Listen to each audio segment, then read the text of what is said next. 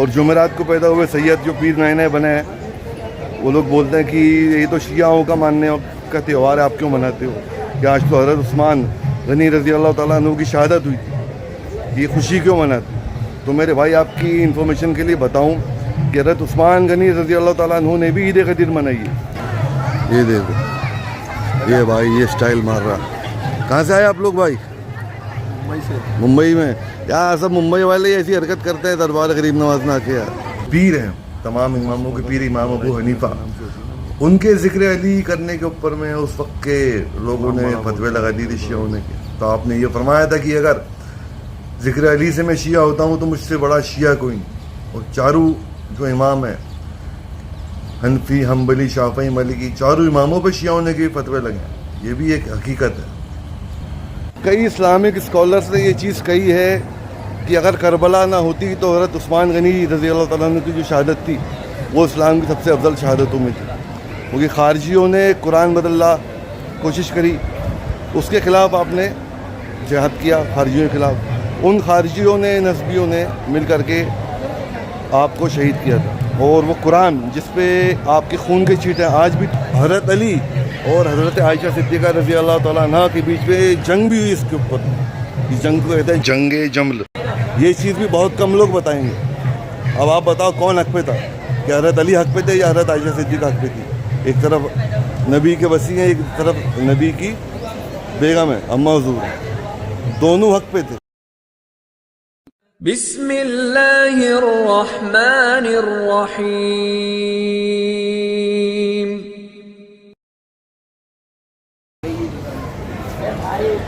السلام علیکم دوستوں، میرے خیریت سب تمام لوگ، سرکار غریب نواز کی بارگاہ میں فجر کا وقت ہے، آپ بھی اپنے سلام عرض معروف پیش کریں حضور کی بارگاہ میں، اور الحمدللہ آج بہت بڑا دن ہے، آج یوم غدیر، عید غدیر جس کو بولا جاتا ہے، وہ دن ہے جس دن حجۃ الوداع، یعنی جس سال سرکار دو عالم صلی اللہ علیہ وسلم نے آخری حج کا خطبہ دیا تھا تمام امت مسلمہ کو اکٹھا کر کے، اور مولا کائنات حضرت علی کو اپنا وسیع بنایا تھا۔ آپ نے فرمایا تھا من کنت مولا فہذا علی مولا، اور یہ فرمایا تھا کہ میں علم کا شہر ہوں تو علی اس کا دروازہ۔ وہ مبارک دن ہے، اور عید کا دن بیسیکلی نام جو ہے وہ خوشی کا دن ہوتا ہے، جب تمام امت اکٹھی ہوتی ہے اور خوشی مناتی ہے۔ تو ظاہر سی بات ہے حجۃ الوداع پہ جو خطبہ حضور صلی اللہ علیہ وسلم نے دیا تھا وہ تمام امت اس دور کی ہوتی، زیادہ تر لوگ وہاں پر اکٹھے ہوئے تھے، اور دین مکمل کرنے کا حضور نے فرمایا کہ دین مکمل ہوا، میں نے تم تک دین پہنچا دیا۔ اس کے بعد آپ نے مولا کائنات حضرت علی کرم اللہ تعالیٰ وجہ الکریم کو اپنا وسیع بنایا۔ ایک چیز اور ہے جس کا کچھ سو کالڈ ممبر پہ بیٹھے ہوئے مفتی ہوئے، عالم ہوئے، کچھ لوگ مولانا ہوئے، اور جمعرات کو پیدا ہوئے سید جو پیر نئے نئے بنے ہیں وہ لوگ بولتے ہیں کہ یہ تو شیعوں کا ماننے کا تہوار ہے، آپ کیوں مناتے ہو؟ کہ آج تو حضرت عثمان غنی رضی اللہ تعالیٰ عنہ کی شہادت ہوئی تھی، یہ خوشی کیوں مناتے؟ تو میرے بھائی آپ کی انفارمیشن کے لیے بتاؤں کہ حضرت عثمان غنی رضی اللہ تعالیٰ عنہ نے بھی عید غدیر منائی ہے، کیونکہ ان دونوں تاریخ میں 23 سے 24 سال کا فرق ہے۔ عید غدیر جب ہوئی اس کے بعد جب حضرت عثمان غنی کی شہادت ہوئی، اس میں 23 سے 24 سال کا فرق ہے، تو یہ چیز آپ دیکھو نا اتفاقی آپس میں امت میں نہ ہو۔ اور میں کہنا چاہ رہا تھا آپ سے کہ سرکار مولا علی کرم اللہ تعالیٰ وجہ الکریم آپ کی شان کیا کہیے کہ آپ کے علم کی کوئی انتہا نہیں، بے شک جو قرآن میں علم اللہ تعالیٰ نے آپ کو عطا فرمایا، اللہ کے رسول کی دعائیں آپ کو ملی۔ 2 صحابی ایسے ہیں اور دونوں حضور کے چچا زاد بھائی ہیں جن کو خصوصی ایسا علم عطا کیا تھا کہ آپ چیلنج کے ساتھ کہتے تھے کہ قرآن سے مجھ سے جو بھی سوال پوچھنا ہے، زمین کا سوال ہو یا آسمان کا سوال ہو، بے جھجک پوچھو۔ حضرت عبداللہ ابن عباس، آپ بھی چچا زاد بھائی ہیں حضور علیہ السلام کے، آپ نے بچپنے سے حضور کے ساتھ میں بتایا، نمازیں آپ کے پیچھے پڑھی، آپ کی اونٹنی کے ساتھ میں، اونٹ کے اوپر میں ساتھ بیٹھ کر کے آپ نے سفر کی، اور بے شک دوسرے مولا کائنات جو حضور علیہ السلام کے داماد بھی ہیں، چچا زاد بھائی بھی ہیں۔ ان 2 صحابہ کرام کے لیے حضور علیہ السلام نے بہت ہی خاص چیز فرمائی تھی، اور دونوں کو بے شک اللہ تعالیٰ نے بہت علم سے نوازا، اور دعائیں قبول کریں وہ چیز۔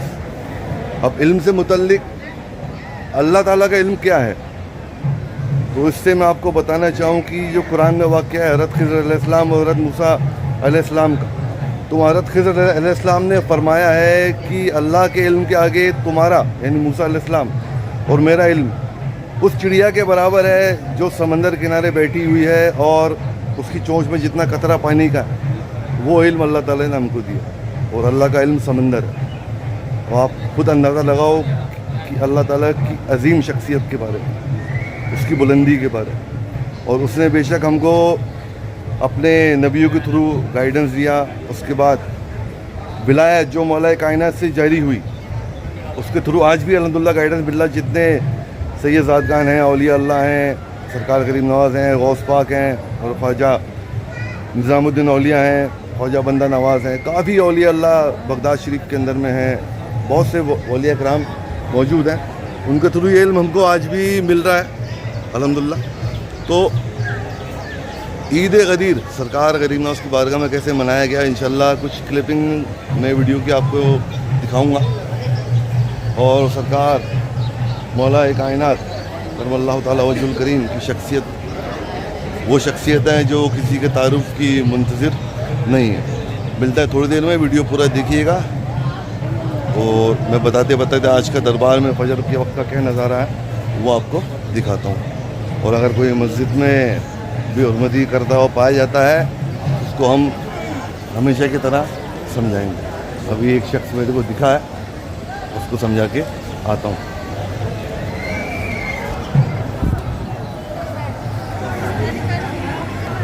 یہ دیکھو، یہ بھائی یہ سٹائل مار رہا۔ کہاں سے آئے آپ لوگ بھائی؟ ممبئی سے۔ ممبئی میں؟ یار سب ممبئی والے ایسی حرکت کرتے ہیں دربار غریب نواز میں آ کے یار، ہیں بیٹا؟ اگر حضور غریب نواز آپ کے سامنے آ گئے تو کیا آپ ایسے ہاتھ دکھاؤ گے؟ تو یہاں کرنے کا ہے، آپ وہ ہیں ہی نہیں، آپ خامہ کا پیسے ویسٹ کر رہی۔ عقل لگاؤ میرے بھائی، کوئی وہ نہیں بول رہا ہوں میں، ادب سے رہو۔ سب سے بڑی بات تم مسجد میں ہو، this is not any studio for making Instagram reels, مسجد اللہ کا گھر ہے۔ دربار میں بھی ہو غریب نواز کے تو اس چیز کا احترام کرو۔ وہ گنبد ہے غریب نواز کا، عطا رسول کا، جہاں سے کلمہ نصیب ہوا، کوئی تاج محل نہیں ہے، قطب مینار نہیں، تو ایسے ہاتھ انگلی دکھا کے فوٹو وغیرہ نہیں کھینچتے، ٹھیک ہے بھائی؟ معافی بابا، اللہ سے معافی، ٹھیک ہے؟ یہ بھائی کو سمجھایا، پیار محبت سے بھی سب سمجھتے ہیں۔ ایک بار میں سمجھایا، بھائی سمجھ گیا۔ لاسٹ ویڈیو جو میری وائرل ہوئی اس میں نے شخص کو 3 سے 4 مرتبہ کیمرے پہ سمجھایا تھا، پھر بھی وہ سمجھیں گے۔ وہی ممبئی کا تھا جی، میں نے بھائی کو بولا ممبئی والے ایسی حرکتیں کو کرے غریب نواز میں، ٹھیک ہے؟ دھیان رکھو یار، جو بھی آئے گا اگلی بار ممبئی سے اس کا مت کرو۔ اللہ معاف کرنے والا ہے، خواجہ معاف کرنے والا ہے، تو خطا پہ بھی عطا کرنے والے یار، لیکن اپن خطا کریں گے۔ ایک پاس ہوتا ہے نمبر 36 نمبر والا بھی پاس ہے، اور 98 نمبر والا بھی پاس ہے، پاس سب ہیں، لیکن اچھے نمبر سے جو پاس ہوگا وہ اللہ تعالیٰ کے قریب ہے، تقویٰ متقی پرہیزگار جو ہوگا، بادب با نصیب بے ادب بدنصیب، ٹھیک ہے بھائی؟ دھیان رکھو، اوکے۔ اب آپ آج خود دیکھ دو کہ ممبروں پر سے ذکر علی غائب ہو چکا ہے، ایک نہ ذکر علی ہوتا ہے ممبر کے اوپر میں، نہ ہی ذکر اہل بیت ہوتا ہے۔ کیوں؟ واللہ اعلم۔ یہ لوگ اپنے فلانے پیر صاحب کا ذکر بخوبی کرتے ہیں مسجد پہ ممبر پہ بیٹھ کے، اور جن کا ذکر حضور علیہ السلام نے آخری خطبے میں کیا، حجۃ الوداع کے خطبے میں، ان کا ذکر غائب ہے۔ کئی جگہ کی بولتا ہوں، سب کی نہیں بولتا ہوں، کئی جگہ پہ ایسا ہو رہا ہے آج۔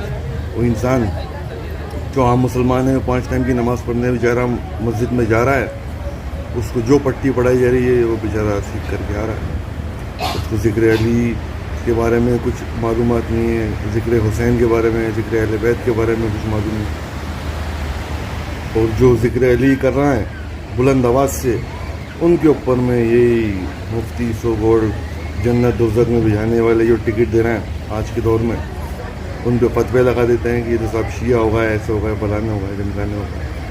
جبکہ اجمیر شریف میں نے پورے ویڈیو بنا رکھے ہیں جو اجمیر شریف کے خدام حضرات کے اوپر میں کئی لوگ تہمت لگاتے ہیں کہ یہ لوگ شیعہ ہوگا، ایسا ہوگا، ویسا ہوگا، صحابہ کرام کو نہیں مانتے ہیں، خلفائے راشدین کو معاذ اللہ برا بھلا کہتے ہیں۔